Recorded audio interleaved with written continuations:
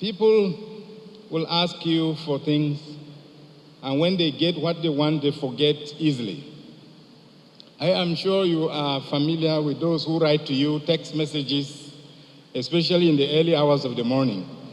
In the night, they are contemplating what the problems are, so they wait early in the morning, they put the problems down, and then they text it to you.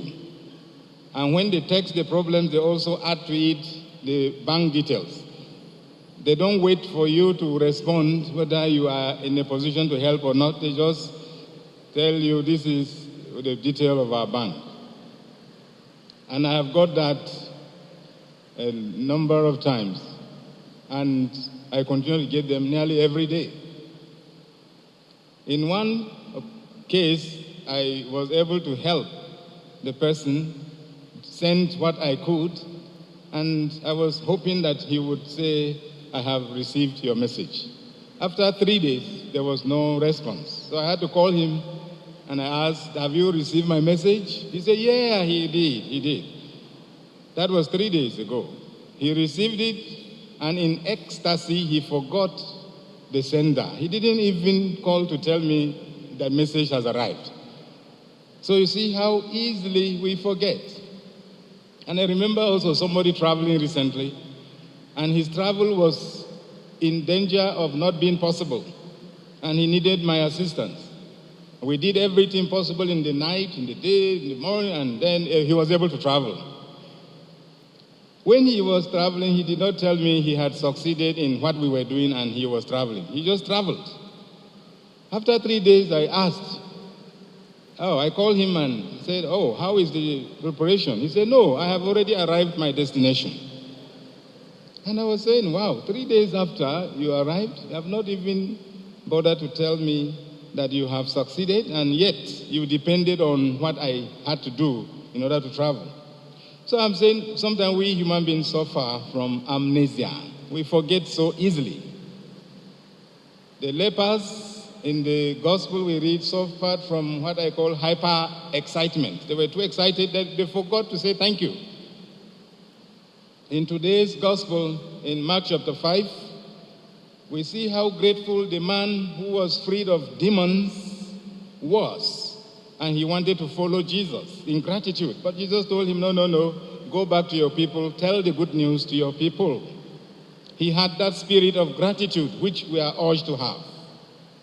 In the first reading from Isaiah 63, Isaiah says, I will remember the compassion of the Lord, the praise of the Lord over all that the Lord has bestowed on me. He doesn't forget the compassion of the Lord and the wonderful things the Lord has done to him. And then in St. Paul's reading, second reading, he says, I never stop thanking God for all the graces I have received. I never stop thanking God. So today we are saying the same to you. Never stop thanking God. Be a woman of gratitude. Be a man of gratitude. And this is what the Knights of St. John International are calling us to be today. If there is any lesson we have to learn today, is that we should be men and women of gratitude.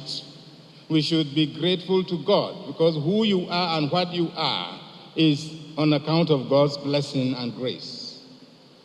The second point the Knights want us to ponder upon is prayer. They asked us to come and pray together with them in honor of what God has done for their brother in the knighthood. When they asked me to celebrate this Mass, I quickly responded that I would come. Not because I was free to come, I had other engagements, but I would say I will make it a duty to come. Because prayer is so important. Prayer is so powerful. And when they were asking for prayer, I said, this is very important. If they were asking me for any other thing, I may not be able to give. But prayer, they're asking that I should come and join them. Let's pray together. I thought it was a wonderful request. So I am here. And we are thanking God together and asking God to do more for Senator George Akume. He has appointed him the secretary to the government of the Federation. And I know that this office is a very delicate one, very important one.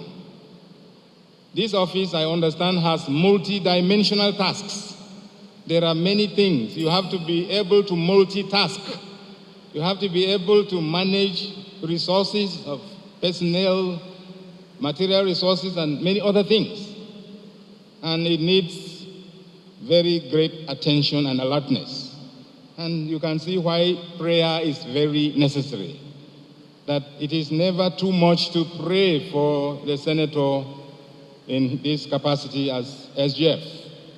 I know that prayers have been organized in other places for him.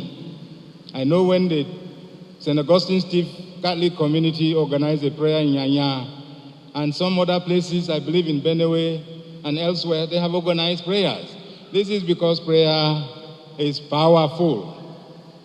The Knights of St. John are assuring him that they are going to support him, not with their weapons. You see, the Knights wear their military uniforms and they have their things that look like swords and so on. It's not for fighting. It is fighting a spiritual war, and prayer is the instrument, is the tool. So today they are using that tool of prayer to ask God to look upon Senator Dr. George Akume. They're asking God and praying for spiritual, psychological, physical strength for the senator and the secretary to the government of the federation. They're asking God for more qualities for him, human qualities, qualities of governance, qualities of administration, and so on. These are qualities they're asking from God for him.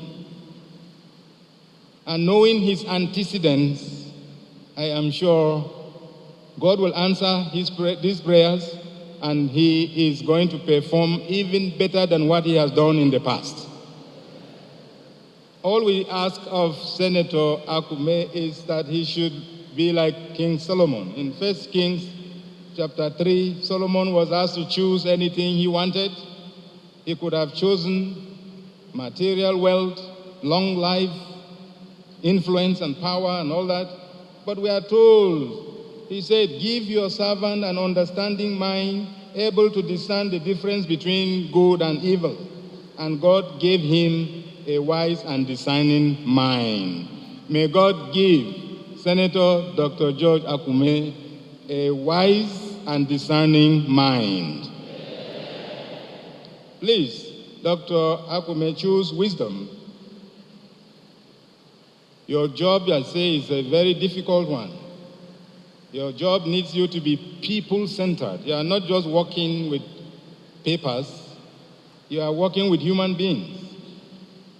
So we pray God to give you the grace to bring these human beings together to synergize. We need a successful governance. We need our different departments in government to come together. Whether it is the military, we have different branches of the military, the police, the soldiers, the army, the different branches. When they synergize and work together, we shall receive results.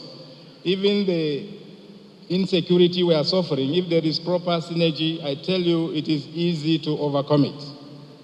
So his office is one that will draw people together in synergy.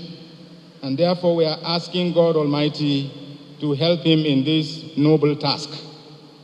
It is rare to see two people from the same household, husband and wife, all involved in national building at very high levels.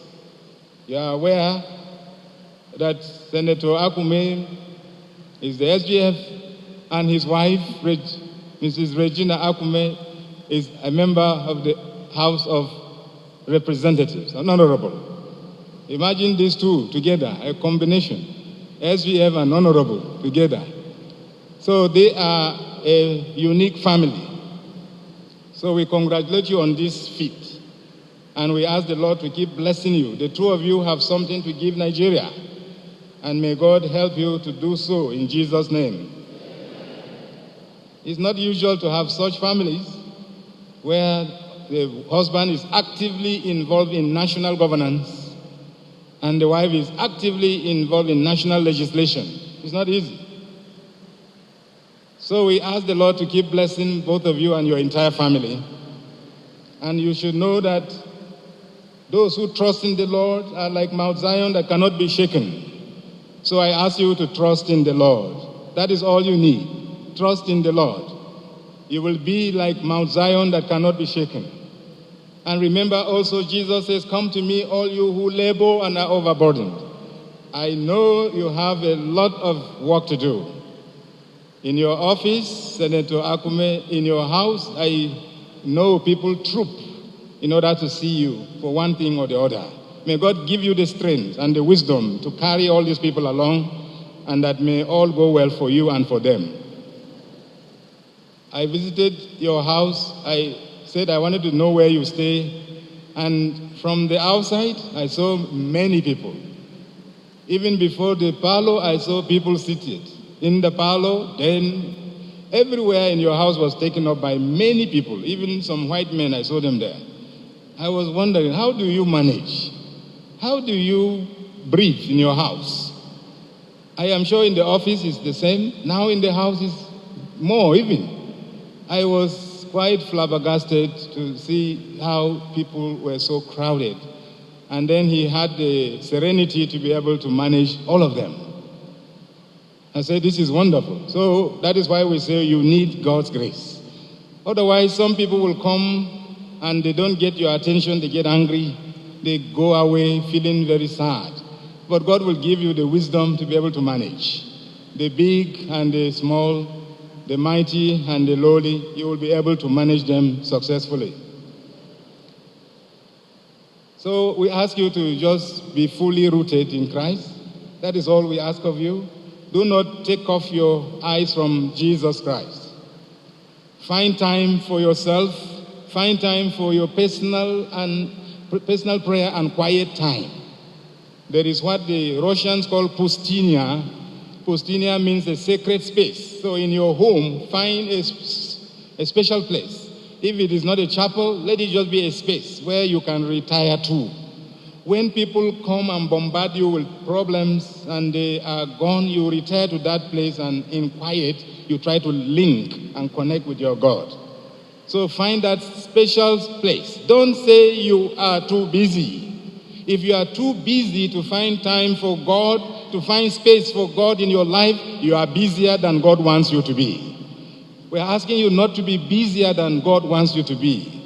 God has given you 24 hours. Spare some moments for Him. Find time for God. And let us work for Nigeria, for a better Nigeria. Imagine if this country were to be optimally performing, we would be among the best in the world. When I go to the UK, I go to US, in every place I visit, I see Nigerian doctors, I see Nigerian engineers, professors, in all places. Somebody told me that if the Nigerian doctors in the UK were to all come back home, their health system will collapse. Because there are so many good Nigerian surgeons, professors, so many over there. I remember my bishop then in Yola, he was very sick here. They had to fly him back to Ireland quickly, and as an emergency. So he arrived in Ireland, straight to the hospital, and they were to do a surgery on him. But who was to do the surgery? It was a Nigerian. He left Nigeria to go to Ireland in order to get proper treatment, but who did it for him? It was a Nigerian. We have it. We have a lot God has given us. We are not using it. We are not coordinating all these gifts that God has given us. And that is why we are running helter-skelter. We are scattered. Imagine if all these people were to come back. Let's hope that your government, this administration, will do everything possible to bring back, to attract Nigerians back to Nigeria. These gifts that we are giving to others, we should come and give it to our people. So I hope that you will make a difference in the government. Poverty is something we should look at very seriously. Every day, I tell you, people bombard us. We end up carrying the burden. People cannot approach you in the offices that you occupy. They end up coming to the churches, to our offices, because we are open. They come and they are hungry. They have need to go to a hospital. Their leg needs to be amputated. They need blood donation. They need all this, and they don't have. And they have nowhere to run to. Please make it possible that our people can have the social insurance, that when they are sick, they have remedy. When they are hungry, they have something. We hear of palliatives and palliatives. Let these palliatives be concrete. I have been told that there is a lot of palliatives being sent around. I am yet to see my own. And when I go to the villages, and I tell you, every Sunday I go to the interior, I go to the periphery of Abuja, the FCT, I see a lot of things. And nobody has told me that he or she has received his or her palliative. I'm waiting for my palliative, and my people are waiting for that palliative. Let it not just be theory, let it be real. And I am sure you can make this happen. The same thing happened during the COVID-19. We were told that so much had been given. I was waiting to receive our share. I got nothing, my people got nothing. And yet we were told that the billions and billions of naira were spent in the FCT. Where did it go? Please, our dear Excellency Senator George Akume, make sure when there is something for the common person, it reaches them. Make sure your office influences the government to do something like that. Otherwise, it will not be well with us. So, my dear Senator, we wish you well, and we ask God to accompany you. But don't forget your spiritual life. Don't be so busy that you forget to come to church. As a Catholic, you must come to church every Sunday. As a Catholic, you must say your prayers, your rosary.